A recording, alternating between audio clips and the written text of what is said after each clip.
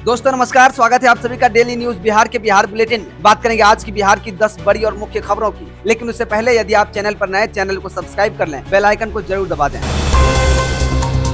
PM Modi को गाली, पटना में सड़क पर भिड़ गए बीजेपी के विधायक, मंत्री और कांग्रेसी जमकर मारपीट। बता दें, प्रधानमंत्री नरेंद्र मोदी को गाली देने के बाद शुक्रवार को भारतीय जनता पार्टी के मंत्री, विधायक से लेकर कार्यकर्ता तक सड़क पर उतर गए। इसके बाद जो हुआ वो सोच से भी परे था। ये वही माहौल था जब 2013 में नीतीश सरकार से अलग होने के बाद बीजेपी और जदयू के नेताओं ने बीच पटना में जमकर मारपीट हो गई थी। दरअसल दरभंगा में राहुल गांधी की वोटर अधिकार यात्रा को लेकर एक सभा हुई। इसी सभा में बड़े नेताओं की गैर मौजूदगी में पीएम मोदी को मंच से गाली दी गई थी। इसके बाद बवाल बढ़ गया था। इसी को लेकर शुक्रवार को बीजेपी के कार्यकर्ताओं, विधायकों और कुछ मंत्रियों ने सदाकत आश्रम का मार्च किया। मार्च सदाकत आश्रम के बाहर पहुंच गया, लेकिन यहीं से मामला बिगड़ गया।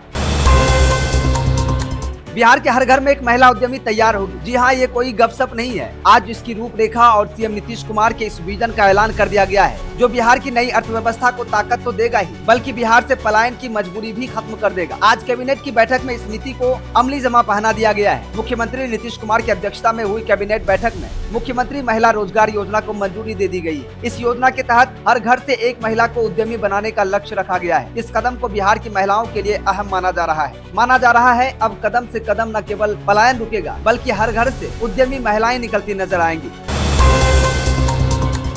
बिहार में महागठबंधन के लिए जंगल राज के बाद गले पड़ी जंगल भाषा। राहुल से ज्यादा तेजस्वी का नुकसान। वोटर अधिकार यात्रा से राहुल गांधी ने जो कुछ कमाया वो एक गाली से गंवा दिया। प्रधानमंत्री नरेंद्र मोदी की मां के लिए कांग्रेस के मंच से जो कहा गया, उसकी सफाई कांग्रेस नहीं दे पा रही है। उधर तेजस्वी यादव और राजद ने भी इस विषय पर चुप्पी साध ली है। खास बात यह है कि कांग्रेस के मंच से ही मोदी के लिए अपमानजनक भाषा का इस्तेमाल किया गया, बल्कि खुद राहुल गांधी आजकल मोदी के लिए तू तराक वाली भाषा का इस्तेमाल करने लगे हैं। जाहिर है कि आरजेडी नेता और प्रदेश के पूर्व उप मुख्यमंत्री तेजस्वी यादव के लिए राहुल की इस तरह की भाषा ने बहुत मुश्किल खड़ा कर दी है। तेजस्वी यादव पहले अपने पिता लालू प्रसाद यादव के कार्यकाल को जंगल राज बताए जाने से लड़ रहे हैं। अब अपनी सहयोगी पार्टी की आपत्तिजनक भाषा से उपजे रोष से भी उसी तरह लड़ना पड़ रहा है।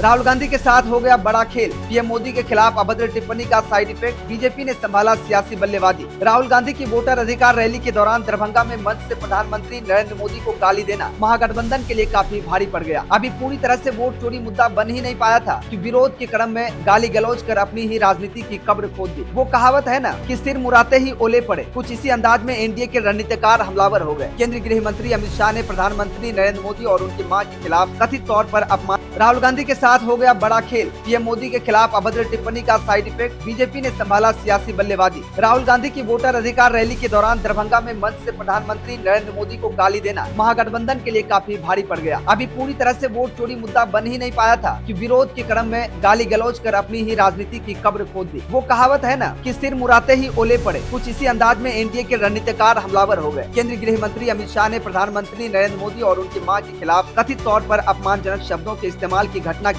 निंदा करते हुए कहा कि कांग्रेस नेताओं ने अपनी घुसपैठिया बचाओ यात्रा के दौरान प्रधानमंत्री मोदी की मां के खिलाफ अपमानजनक शब्दों का इस्तेमाल करके बेहद निंदनीय कृत्य किया है।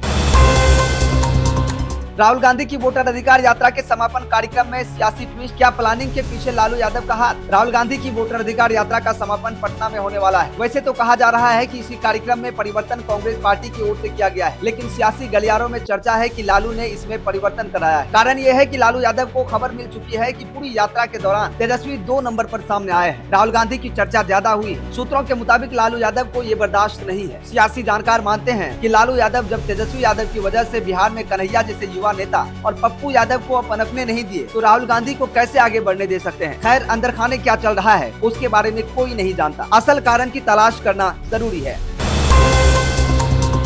बिहार के 3 लाख मतदाताओं ने कर दी भारी गड़बड़ी। चुनाव आयोग अब भेज रहा नोटिस, जान लीजिए क्या है पूरा मामला। दोस्तों बता दें, बिहार में मतदाता सूची के विशेष गहन पुनरीक्षण यानी एसआईआर के तहत निर्वाचन पंजीकरण अधिकारियों ने अब तक लगभग 3 लाख मतदाताओं के दस्तावेज में विसंगतियां पाई है। सूत्रों के हवाले से मिली खबर के मुताबिक और अब उन्हें 7 दिनों के भीतर बिहार के 3 लाख मतदाताओं ने कर दी भारी गड़बड़ी। चुनाव आयोग अब भेज रहा नोटिस, जान लीजिए क्या है पूरा मामला। दोस्तों बता दें, बिहार में मतदाता सूची के विशेष गहन पुनरीक्षण यानी एसआईआर के तहत निर्वाचन पंजीकरण अधिकारियों अधिकारियों ने अब तक लगभग 3 लाख मतदाताओं के दस्तावेज में विसंगतियां पाई है। सूत्रों के हवाले से मिली खबर के मुताबिक और अब उन्हें 7 दिनों के भीतर उपस्थित होने के लिए नोटिस जारी करना शुरू कर दिया है। घटनाक्रम से अवगत अधिकारियों के अनुसार यह संख्या बढ़ने की संभावना है, क्योंकि विधानसभा क्षेत्रों के यारो अभी भी दस्तावेजों की जाँच कर रहे हैं। चुनाव आयोग के अनुसार 1 अगस्त को प्रकाशित मसौदा मतदाता सूची में 7.24 करोड़ मतदाताओं के नाम शामिल है। उनके पास चुनाव आयोग द्वारा बताई गई 11 लोगों की सूची में से पात्रता संबंधी दस्तावेज जमा करने के लिए 1 सितंबर तक का समय है।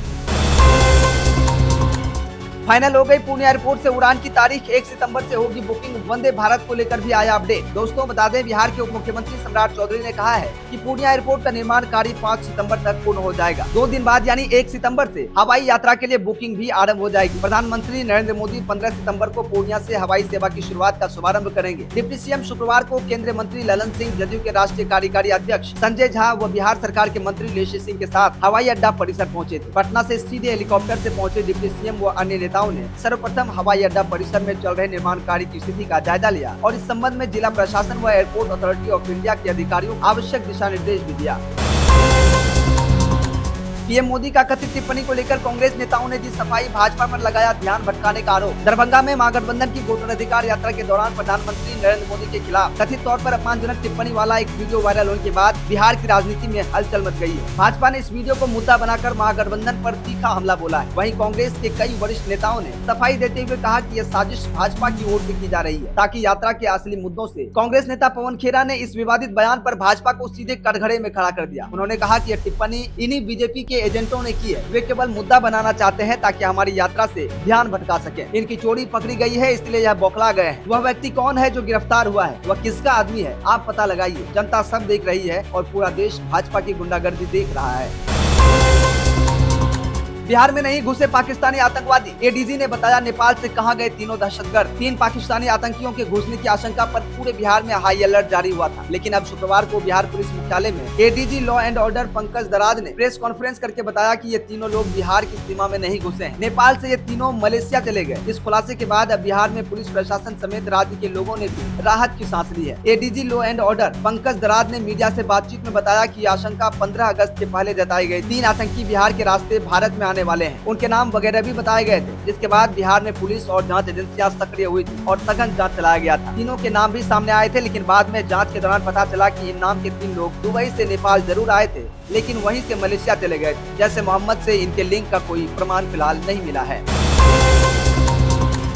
पुलिस वाले का आंख निकाल लेंगे। जदयू विधायक गोपाल मंडल के बेटे का विवादित ऐलान। बता दें, बिहार में भागलपुर के गोपालपुर विधानसभा से जदयू के विधायक हैं नरेंद्र कुमार नीरज उर्फ गोपाल मंडल। गोपाल मंडल के पुत्र आशीष मंडल भी इन दिनों सुर्खियों में बने हुए हैं। पहले आमरण अनशन करके और अब एक विवादित बयान देकर आशीष मंडल का एक वीडियो वायरल है। गणेश चतुर्थी के एक आयोजन के दौरान उन्होंने पुलिस पर ऐसा बयान दिया जिससे वो विवादों में गिर गए। आशीष मंडल ने मंच से कहा, अगर कोई पुलिस वाला आपको परेशान करे तो आप कहिए हम गोपाल मंडल के परिवार से हैं। इसके बाद भी अगर कोई पुलिस वाला आंख उठाकर देख लिया तो हम उसका। तो दोस्तों, ये थी आज की बिहार से जुड़ी 10 बड़ी और मुख्य खबरें। इन सभी खबरों में से कौन सा खबर आपको सबसे अच्छा लगा, कौन सा आपके काम का था, कमेंट करके जरूर बताइएगा। साथ ही साथ वीडियो अच्छा लगा तो वीडियो को लाइक शेयर जरूर करें। चैनल पर नए, चैनल को सब्सक्राइब करके बेल आइकन जरूर दबा दें। धन्यवाद।